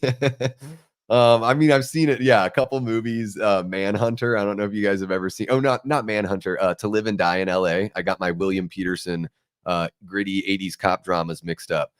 Um, yeah, To Live and Die in L.A. William Peterson hangs dong in that movie. It's sort of in the shadows and everything, but they went for it. But yeah, you're totally right. I mean, absolutely, it was women 99.9% of the time. So I can certainly appreciate what you're saying there. And I think there's an element of like, if you look at like old war propaganda, you always see like a woman that's sort of in tattered clothes and like the bad guy is like, trying to take her away, or even something like King Kong, like the imagery. I think honestly, I think what's going on is there's a couple things at play when it comes to nudity with women. Is it's of course they do want to entice the men or the ladies out there that like the ladies by showing off. I mean, I think we can all agree that the human body can be very beautiful, and in particular, I think the feminine look is exceptionally beautiful. Maybe that's just me. So I think there's an element of enticing people, and then also the vulnerability and the desire. It makes you want to protect that person. So it triggers two things for I think a lot of men that are operating on like a subconscious level where you're like, "Ooh, I like that." And also I want to protect this is my person to protect from the bad things in life. I could be wrong. Liana, what's happening? Love seeing you in the chat here. I think I saw you over on Drum Dums just the other day. They slowed down the titties so people could watch horror with their parents. Maybe. And I can't remember the character's name here, but of course, she's putting on, everyone makes fun of this, the poop colored like satin undies. It's just like, it's a very, very bizarre choice. I don't know if I would kick her out of bed for eating crackers, but it is a bizarre choice. She's got that nice little French cut on the side, though. That's pretty cute. Yeah, I like a good hip. I like that too, Cody. Naked. What's happening, Aaron? Great to see you. Welcome to the chat. We are enjoying Friday the 13th, part 2 from 1981, as you can see in the little ticker on the bottom of the screen. Raymond, what's happening, bud? I'm not watching the movie, actually watching a different movie, but I thought I'd still hang out. That's awesome, man. Thank you so much for jumping in and saying what's up. What are you watching right now? Curious to know. Nicholas says, I agree with everything you just said about people getting offended by stuff that comes out years ago. Yeah. It's kind of, it's sort of looking at it with a warped lens a little bit. Not that I don't think that, like, I think that you should be able to critique these movies and books and music forever. But to try to hold them accountable for the way that we view the world differently now is a bit unfair and I think a bit disingenuous. For sure. Jamie says, most of the time, that's how I say it too. Naked. The South, yeah. Is that a Southern thing? I live in New York, so here it's just a me thing. Buck ass naked. Holy cow, Happy Sanjo gifted a membership. Let's see who got that membership. Let's hop on over to the YouTubes. 33 votes, guys. We're still at 82% for hell yeah, 18% for no way on whether or not Friday the 13th Part 2 is a top 5 film in the franchise. And let's see here. Who got the membership? The Ribbit was gifted a membership. Hell yeah, Ribbit. You tuned into the live stream and boom, you get a membership right away. Guys, Duder is just about to get the machete in the face. And my question is, where the hell are these stairs? We never see stairs that he falls down. Like, I know there's stairs for the there's like 4 or 5 stairs. He goes down this whole giant like concrete staircase. They're nowhere to be. Like when they go down to the beach, it's just like a little, it's just a little grassy, sandy hill, like a little knoll that they climb down. Oh, there. But where the hell are we never see these stairs. That's all, like, I didn't realize that until maybe the last like 2 or 3 times I watched the movie, where I was like, wait a minute, where the fuck are those stairs? And it seems like they had a really good time. Seems like everyone got theirs, if you know what I'm saying. Well, welcome to channel membership, the Ribbit. Great to have you along. Oh, yeah. They are slow storytelling elements. Yeah, I think we're just splitting hairs there, Medley Man. Near the end, the last 10 minutes or so, it's so ambiguous, you can almost make it a choose your own adventure. You can pick and choose what you consider real or a dream. Yeah, I just consider it all, once they leave the shack, like, that's all, like, once they leave the shack or whatever, and then the next thing you know, to me, I just skip right ahead to the paramedics showing up.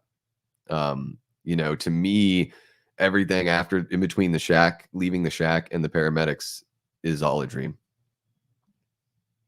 What's happening, Koi? Thank you so much for being so generous and gifting yet another membership. Not only is Koi part of the 3rd level, the highest tier of channel membership, which is the flame. There's kindling, fuel, and flame, because we're building a fire here, a passionate fire. Koi is at the tippy top, and Koi, I don't know, like, how many.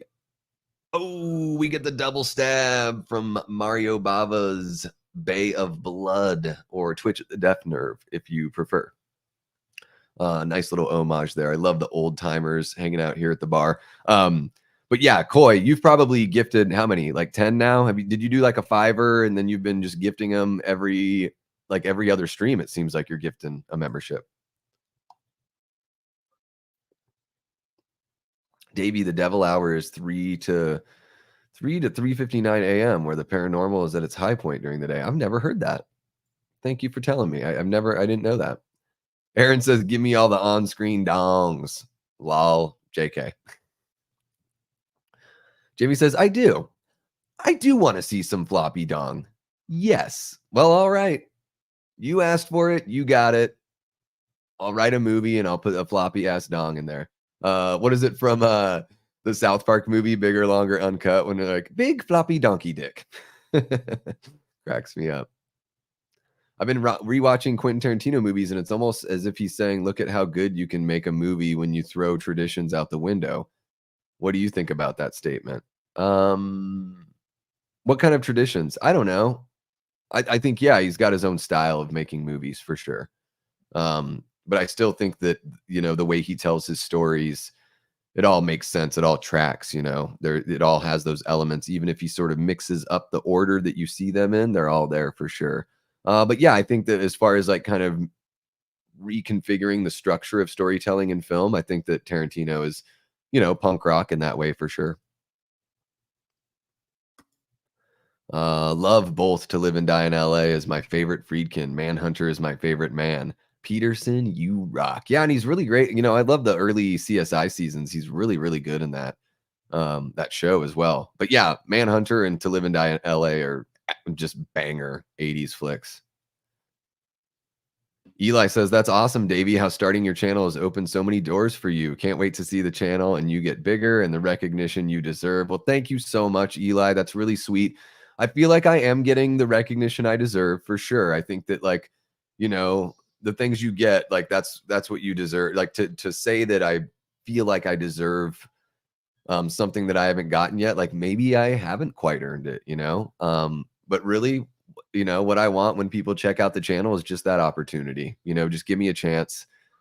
See if you dig the, you know, my personality, my voice, what I talk about. And then also like what you guys bring to the table as community members. I think that's an, you know, if it were just me, if I were doing this as a pre-recorded video, who would really care, right? But that interaction with you guys and you guys getting to develop relationships with one another, you know, have a friendship going. Maybe some of you have met people in a chat that every time you hop in and you're there, you know, you guys are saying what's up to each other. And it's like, it's to me, it's just really encouraging. I feel the same way when I jump into a chat and I see all you guys that I recognize and I get to say what's up. It's like entering the room and seeing all your people and you're like, hey, what's up, Gory Tiger, Jamie, Cody, what's that? You know, it's just like this really cool, you know, everyone's like Norm from Cheers, where you walk into the room and it's like Norm. So yeah, I think you know, I'm in it for the long haul, Eli. And so I think something like YouTube is just got to be patient. And I would never, you know, want to put out the sort of feeling that like, man, how come I don't have this or have that? It's like, you know what? If those things are meant to be, and if what I'm doing is worth a damn, those things are going to come. I just have to, you guys hear me use this phrase all the time. It has to be cultivated naturally. And that's what I want. I don't want to buy subs. I don't want to, you know, do any of that kind of stuff. But I do really appreciate that. And it certainly has opened so many doors. I've gotten to meet you guys.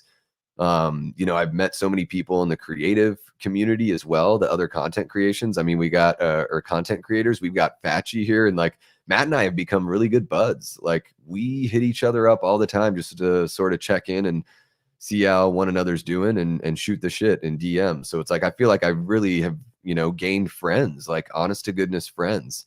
And people that if I ever got to hang out with Matt in person, that we'd already have that rapport and we'd be able to just jump in and be bros, you know? So I think that's really cool. And you know, everything else will just come with time, you know? Matt says Lauren Marie Taylor is an awesome human being, came to my hometown to watch part 2 with us. Is she the girl that wears the brown undies, Matt? The one that just got sliced and diced by Jason there after he was hiding in the bed? Oh yeah, To Live and Die in LA and Manhunter. Yeah, I think Manhunter's so much creepier than Red Dragon. Jamie saw Manhunter in the theater. I love this. Like this to me is some of the scariest like Jason moments where he feels like a human being.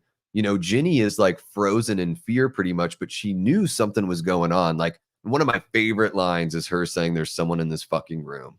And the fight is like clumsy, but to me, that's like realistic. Like in movies nowadays, everyone knows how to fight. So all these fights are like really well choreographed and I mean, they're really impressive, but um, I like here the clumsiness because it just feels a little real or more real to me for sure. Everyone's saying what's up. Booyah. I don't think brown was frowned upon so much for underwear color back in the day. Apparently not, because she's like, I'm being a sneaky sexy. I just don't know about that. She's a cutie. If we're talking about the same one, I mean, I don't think there's a non-cutie in this movie. As far as if we're talking about the ladies, yeah, I don't think there's a non-cutie. Raymond's watching Four Brothers, his favorite Mark Wahlberg movie. Hell yeah. I have yet to see that, but I've heard really good things. Guys, everyone's catching up. Hell yeah. I'm okay with nude women or men, Davey, but maybe it's just me. Yeah, I mean, I think fair is fair. I think what Jamie's sort of bringing up is like, if you're going to do one, why not the other? I think fair is fair, you know? Maybe the ratings boards too. It's like if you show dong, it's going to be an automatic R rating. But you show boobs, and it seems like the MPAA was just a lot nicer about that. So that's their own weird, you know, the MPAA is a very fallible organization. And we certainly see that right in this franchise here. just later on down the line. I love that facial acting by Amy Steele right there. She just, I feel the intensity and the seriousness of the situation. Um, she really brings it home for me there. Crazy Ralph's dead and he just falls right. So he was just standing up just fine until the door opened. Interesting. Oh yeah. Are you doing a watch party, Matt? Are you finally doing or are you doing the thing with you're going to break down some more of the slash tober slasher showdowns with Nick? Is that right? You caught me in my birthday suit, buck ass naked. Iggy Pop's character in Crybaby. I'm so far behind in the chat, man. Crazy. Jamie wishes everyone was naked. Set the junk free. All right. And Jamie loves the spear through the couple kill. Such a good one. Probably in my top 10. It's very impressive. You can see Kevin Bacon's bits and Wild Things. There you go. Jamie's a randy one. Jamie's probably hopping on all those websites and checking out some real fun little free videos. What's happening, Gina? My chunky Jordy. Welcome to the chat. Welcome. One of our great channel members, as well as Raymond Malaber, a great channel member as well. Davey, Darren gifted you a membership on TSL. I saw that come through when I was preparing to hop in on the stream here. I didn't know, did he do it specific? Did he just gift a handful of them and then it gifted to me? I guess I need to hop into that stream. I was just, busy getting set up for this and doing some chores around the house because after I'm done here, I am heading out to Mesa to go to a horror convention called the Gathering of the Ghouls. So I've got about an hour drive ahead of me. Eli says, it's awesome seeing everyone from the Death Squad and other chats. Everyone is so freaking awesome. Hell yeah. I agree. And yes, snuggles for Ziggy and snuggles back to Jamie. Hell yeah. Raymond says, Davey, you're one of the YouTubers I would love to hang out with. Maybe someday. Hell yeah. I would love to hang out with all you guys. It would be totally awesome. I know everyone's kind of all over the country. Even some of us are all over the world. I know Gina is over there in the UK. But yeah, I would love to hang out with you guys. You just never know what can happen with a channel because, Cody Leach is out here visiting for Gathering of the Ghouls, and he was brought here by the people who put on the event. And he's just sort of hanging out. I mean, he's doing his panel and everything like that. But other than that, it's not like he's set up at a booth, like signing autographs for money or anything like that. He's just sort of kicking it. So you never know, probably years down the road for something like that. But you may see me come over to your hometown or close enough by to where you want to make the drive. Medley Man says, one day I'm going to sit down and watch all the Friday films in what I currently think my order of best to worst is and readjust my opinion. All right. Jamie says, when Amy Steele signed a picture for me last year, she wrote, Paul, there's someone in the fucking room. Yeah. It's one of my favorites too. All right. I'll have to check it out. I'll have to check out Four Brothers. Jamie says, my best friend Matt lives in Phoenix. If I ever come for a visit, we can hang out, Davey. I would love to hang out with you and Kate. That would be awesome, Jamie. Yeah, let me know, and we'll get a hang going for sure. We'll go to Zook's. Destiny recommended Zook's as the sandwich shop to check out, so we can check out Zook's. We can check out Oregano's.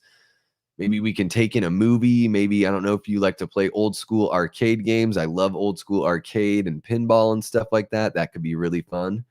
Yeah, and we're like knee deep in the final act here. Ginny is running away from Jason. He's currently stalking her in the cabin. She's under the bed and she's about to get, I guess she gets so scared by the rat that she pees her pants. Is that really what happens? It's hardcore.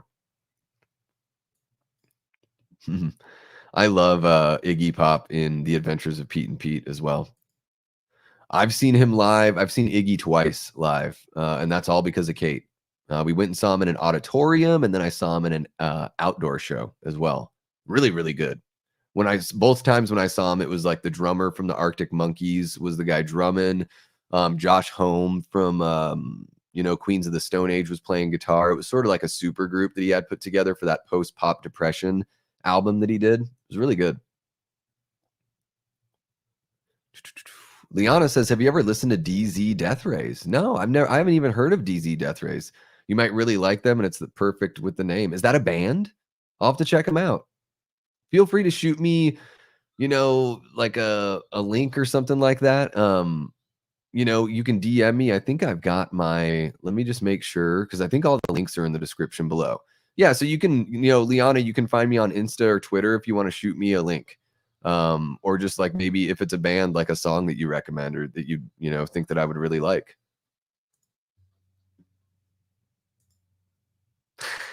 Cody says, I got to hang out with Davey. Yep. Oh yeah. That was really fun, man. Think about it all the time. Every time I think about H45, I think about hanging out with you guys, Frank and Darren, Coy and Cody. It was really, really awesome, man. And of course, anytime I think about Malik, I think about you, Cody. What a guy. Aaron says Tom Hardy bears all in Bronson. He's pretty small down there, but I would be too if I was around a crew naked for half the movie. Well, temperature certainly plays a role. So sometimes things are, I don't know.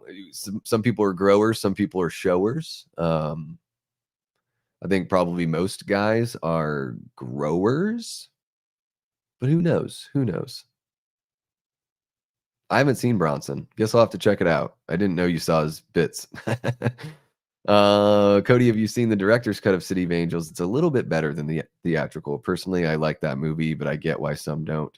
Yeah, I think director's cuts usually have the edge for sure. Yeah. Well, I was in the pool and it was cold. The shrinkage factor. Eli says, dude, if you can get me an autograph from that guy who hosts that awesome YouTube show, Late Night with the Davy, that would be sweet. Certainly, man. I can sign something and send it over to you. Kate and I really want to put something together for you, really sweet, Eli. So yeah, we'll see about doing that. And of course I can we can write you a little note on some cool little stationery or something fun like that for sure. I don't know. What do you want my signature on? I don't even know. I haven't signed anything since I was like, playing music and stuff. People would, buy a record and have you sign it and that kind of stuff. So it's been a while. And here we've got Ginny is about to play her psychology hand. She's putting on what's got to be a really smelly ass sweater right now. And she's going to do what she can She's going to do what she can to resemble Jason's mommykins. Yep. Well, what do you know? My shirt shrank. Water can do that.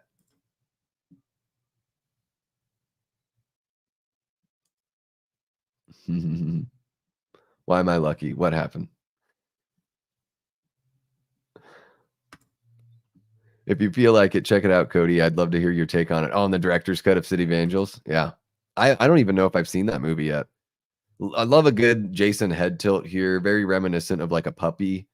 Um, I think the movies that sort of like do pay some attention to his psychology. I mean, you especially get it when before he's like zombie Jason for sure. And then I think in the remake they do an amazing job of studying the psychology. To me, Jason is like a spider in the remake. Camp Crystal Lake is his web. If you hit that little tripwire, he's going to pop up out of somewhere and grab you and pull you down. And he just, it was the last place that he knew love and safety with his mom. So he protects it with his life.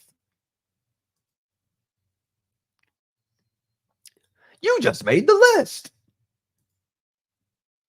James O'Barr wanted Iggy to play Fun Boy in the first Crow. Oh, interesting. Yeah, I mean, Iggy could have played the Crow if he were a little bit younger. He's got that gaunt look. Four Brothers is over, so inspired by your talk of Sydney Sweeney last night, I'm going to watch The Voyeurs now. See some Sydney nakedness. I've not seen one Sydney Sweeney movie, guys. I've not seen one of them. I really want to check out Immaculate, though. I've heard really good things about it. Necro, what's happening? Welcome to the chat.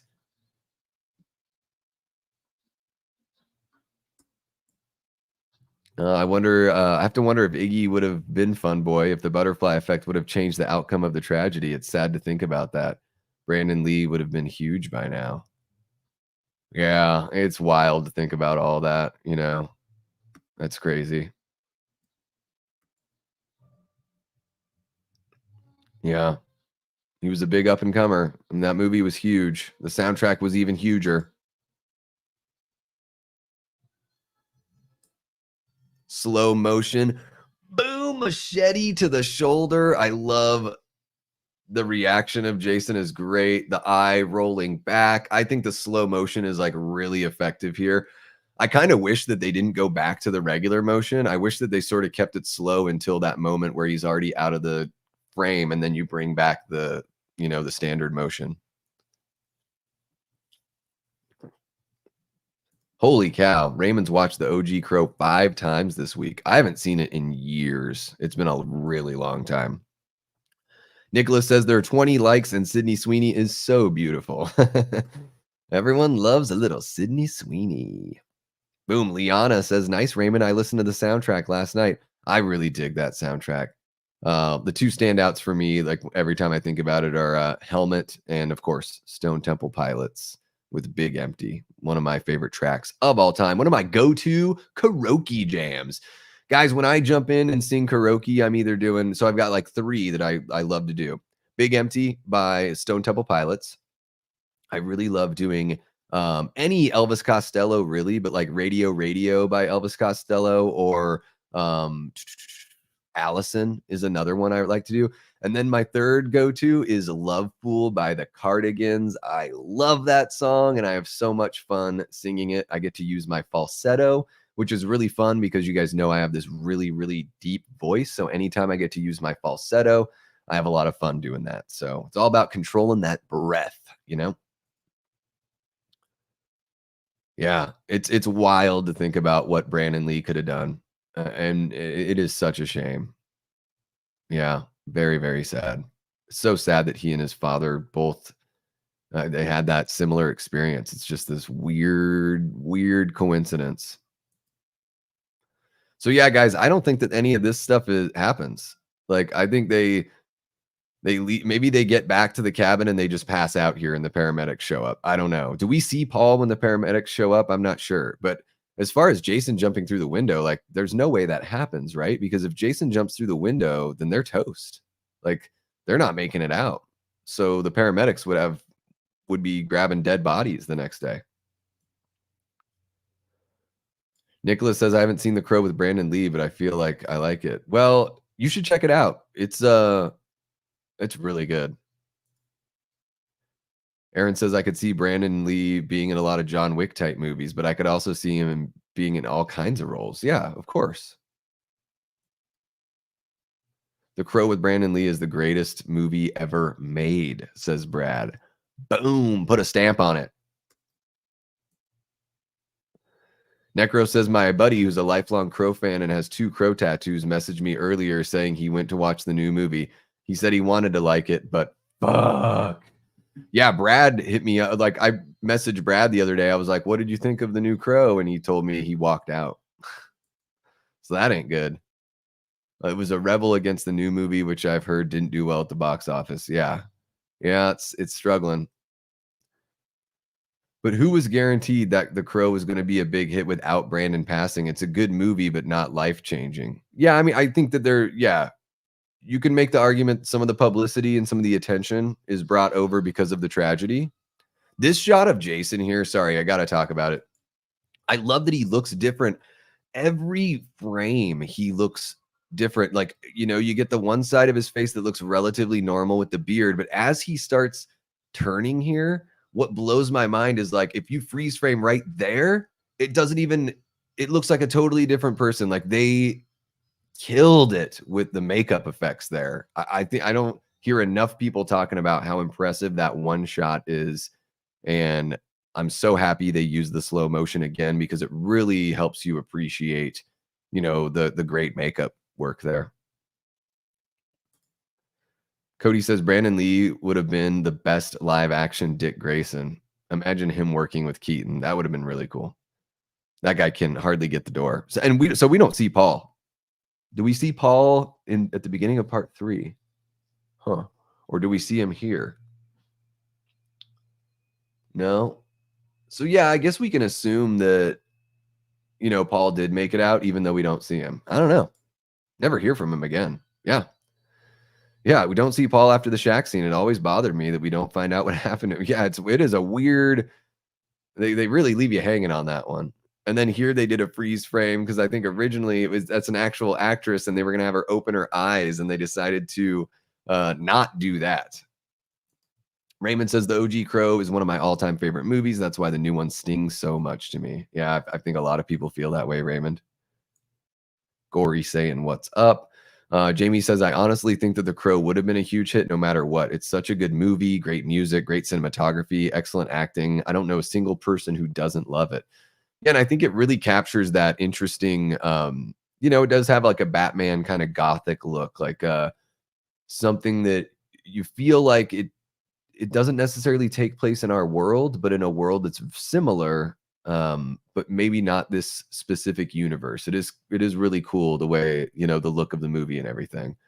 I think I know, what you're saying though, Eli, because I think sometimes even with a band like Nirvana, like I think Nirvana is amazing, but once Kurt Cobain died, that's when people started saying that like, oh, Nirvana is like they changed everything, like they brought like punk and they brought all this stuff to the mainstream. Like people started saying that after Kurt Cobain died, not before. And so I do think there is a little bit of that, like not a revisionist history, but I think that like once somebody passes, there is an accentuation on the love, because it's something that you're never going to get back again. So can't really fault them for that. But I know what you mean that it's, it's certainly part of the legacy. And I still think it's great. Yeah, I don't think The Crow is good because the tragedy makes it good. I think it's just really good. So many dream sequences at the end of Friday the 13th movies, says Aaron.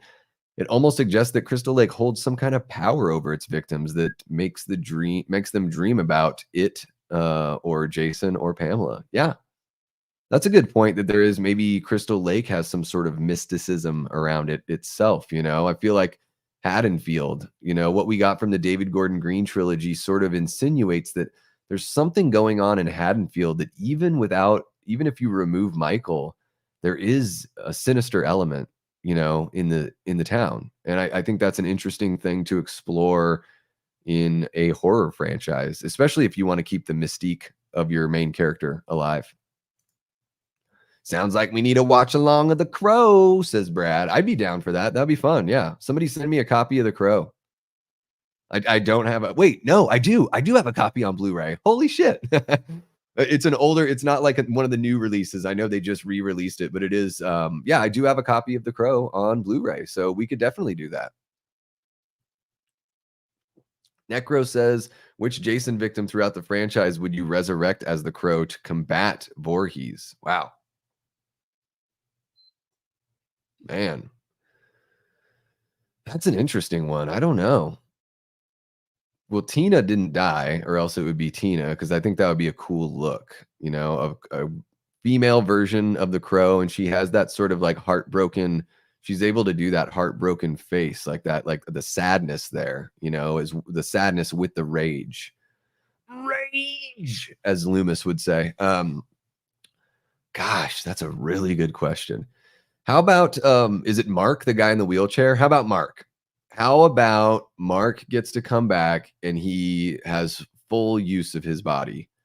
So he is a crow that's literally like not even just resurrected as far as brought back to life, but given like a brand new clean slate on his body as well. I think that could be fun.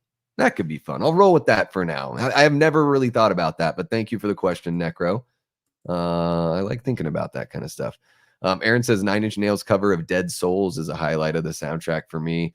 Yeah, the soundtrack is such a good mix, man. It's so good. All right, Raymond would be up for it. 5 times hasn't been enough. Raymond needs to see The Crow again, everybody. Yeah, guys, we can do that sometime soon. You know what? I don't even know why I didn't think of that. I probably should have done that instead of watched this. But I really love Friday the 13th Part 2. So thank you guys so much for watching along with me. But yeah, maybe I should have done The Crow since the movie, the new movie just came out. I don't know. But yeah, guys, you have been amazing. I'm gonna scoot here so I can head on out to Mesa and help Cecil out at the convention and maybe rub elbows with some other folks that we can get on the channel or something like that. So yeah, let's see here. Anything else popping up in the chat? You guys have been amazing. Let's take a look at our poll. So we have 36 votes. Is Friday the 13th Part 2 a top 5 film in the franchise? And 78% of the 36 votes say, hell yeah. Wow. 22% say, no way. You crazy. Davey, you crazy. Aaron says, maybe the guy in 4 who screams he's killing me could be resurrected to battle Jason. Yeah, there you go. There it is. What's his name? Why can't I think of his name, the character's name? Is his name Mark too? Been fun, just chilling. Have fun at Mad. Well, it's not. I skipped Mad Monster. This one is the Gathering of the Ghouls. This is the second year they've done Gathering of the Ghouls, and yeah, Jamie, it's like there's a local store called Terror Trader, and this is their third convention, but their second Gathering of the Ghouls convention, and man, it popped off. Like they're gonna have to get a bigger space next time. So really happy for those folks there, and yeah, it should be a good time. What should I listen to on my drive out to Mesa, guys? Should I put on the Crow soundtrack, the original Crow soundtrack? Is there some other band I should check out while I make that hour-long drive? I don't know. I don't know. I don't know. Raymond says, I said no because for me, it's like 6 or 7. Fair enough, man. Fair enough. You definitely don't have to agree with me all the time. Yes, his name's Rob. What the hell's wrong with me? I go on a friggin' stream and I just can't remember a GD thing. Bradley says, listen to Grave Mistake by Ice Nine Kills. I've never heard an Ice Nine Kills song, but I know that they're mixed into this horror world, not just with their music videos, but like as people, they're in the community. It's really cool. Listen to Testament, says Gory. All right. Liana says, DZ Death Rays. I sent you a link on IG. Thank you so much, Liana. And guys, this is Liana's first time, I think, in the chat here. So make her feel welcome and say what's up. I know we're kind of saying our goodbyes. I should have said that earlier. I'm sorry, Liana. I'm sorry. But I hope you, poke around on the channel, find something you like, and that if you haven't subbed yet, you give us a shot here and see what you think. Yeah, really appreciate, of course, everyone that's been here from the beginning for sure. And then it's really fun to see people like yourself come on over here. I'm guessing because you saw me on Drum Dum's channel just the other day, and man, that was a blast. Again, if you guys haven't checked out that stream, go over to Drum Dum's, check out myself, Nick from the Lost River Drive-In, and Lee talking about 15 years of Rob Zombie's Halloween 2. It was a blast. And it sounds like Lee had such a good time with us that he wants to bring Nick and I back like regularly to talk about horror movie news. Maybe we could do something fun, like talk about news for a little bit and then maybe discuss a topic. A quick little like hour show where we just get to hang out and talk horror and talk with you guys. Thank you so much, Eli. Really appreciate it, man. Hope you have a great rest of your day. Yeah, I know. They're all about the horror movies. I just, I'm a comfort listener, so I always go back to old records and all that kind of stuff, Brad. I know. It's my own damn fault. Check out the album Lore by Elder, similar to Mastodon. All right. The album is like a Lord of the Rings journey. I think Mastodon's great, so hell yeah. Boom, Gory saying welcome to Liana. So is Jamie, our Death Squad mod. Thank God It's Friday by Ice Nine is about Friday the 13th. Yeah, maybe I'll just have to pull them up and check out some of the highlighted tracks on my YouTube music. Of course, you got it, Liana. We love seeing new people coming to the chat and growing this community. You're new here, so I'll say it again. Guys, you fuel everything I do here. Whether I'm having a good day, a bad day, a good week, a bad week, where regardless of where I'm at with my mental health, hanging out with you guys always makes me feel better. It's always a joy. You guys inspire me to keep on coming back. So I wouldn't be doing this, and well, I certainly wouldn't be doing it as frequently as I'm doing it without you guys. Like, you guys make me want to come back and keep on doing this. Cecil's always given me, I think he's given me a little bit of a good natured ribbing, because he's like, well, I would have asked you to come to the convention earlier, but you're always streaming on the weekends. And I'm sort of like, I gotta be there for my people, man. These guys are my homies. Like, I have to hang out with you guys. It's How can I ever expect, the channel to really like reach that next level if I'm not, cultivating the relationship with you guys? Because you guys, I mean, this first 1,000 subscribers, and a lot of you guys were there, in the first 500. You guys are the foundation of like everything that's going to be built from here. I'm never going to forget you guys. Like, that first 500, that first 1,000, like, you guys are going to hold a special place here at the channel forever. So I really do appreciate you guys hanging out. We're saying goodbye, and there's 17 people on the stream, and that is just something else. You guys make me feel like we're really on to something here, and I think that we are creating something with this channel that's a little bit different than what other channels are doing. And maybe that's why you guys keep on coming back. And of course, we have some overlap, and I talk about similar topics. Sometimes I review movies and all that stuff, but really, for the most part, this channel is about us hanging out, getting to know each other, getting to know other people in the creative community, and discussing what we love so much, which is film, horror. We talk about music quite a bit, and we try to keep all the messy stuff at the door before we come in here, so we can focus on what we have in common. Because I say it all the time, but I'll say it again.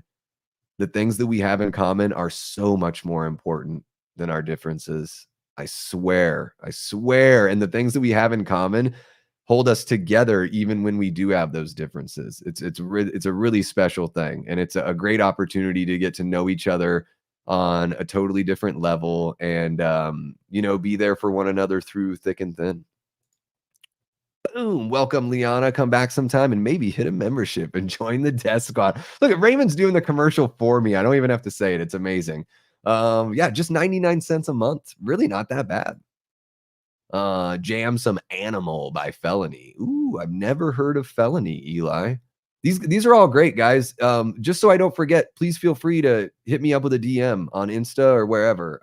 Eli, I know you don't have socials, but shoot me an email with a little playlist or something like that. Seeing that Animal by Felony makes me want to listen to Animal by Def Leppard. Yeah, Jamie says make sure to hit that like, sub to the channel, and join the Death Squad. It's only 99 cents, total deal. And Nicholas is out. Have a great rest of your day, Nicholas. And yeah, I guess I might as well say goodbye as well. You guys have been amazing. I love you so much. Thank you for hanging out with me on this beautiful Sunday. And yeah, we will. Oh, Eli says it was on Friday the 13th, part 6. Okay. All right. So I have heard it. Perfect. Yeah, guys, I'll be back. I'm going to be working on some pre-recorded stuff the next couple days, but of course, you'll see me back on Wednesday, 10 p.m. Eastern for Late Night with the Davey. We've got Cody Leach on the channel. We're going to talk about music. We're going to talk about Rob Zombie's Halloween 2, and we'll see what else we get into, because we hung out for hours last night chatting about all sorts of stuff. So it's primed to be a really special episode, and I can't wait to hang out with you guys there. So yes, guys, have a great rest of your day, an awesome weekend. I hope prepping for the work week goes well for everyone. Yeah, like, subscribe, all that kind of fun stuff. Share the channel, or share this watch along with a Friday the 13th fan in your life. Somebody that you think might enjoy what we're doing here. Just help spread the word a little bit. It's greatly appreciated. That's how this channel is going to grow, is with you guys. You guys are such an instrumental part of it. So thank you all so much. And until next time, I've been and will continue being Davey Deathray. Take care.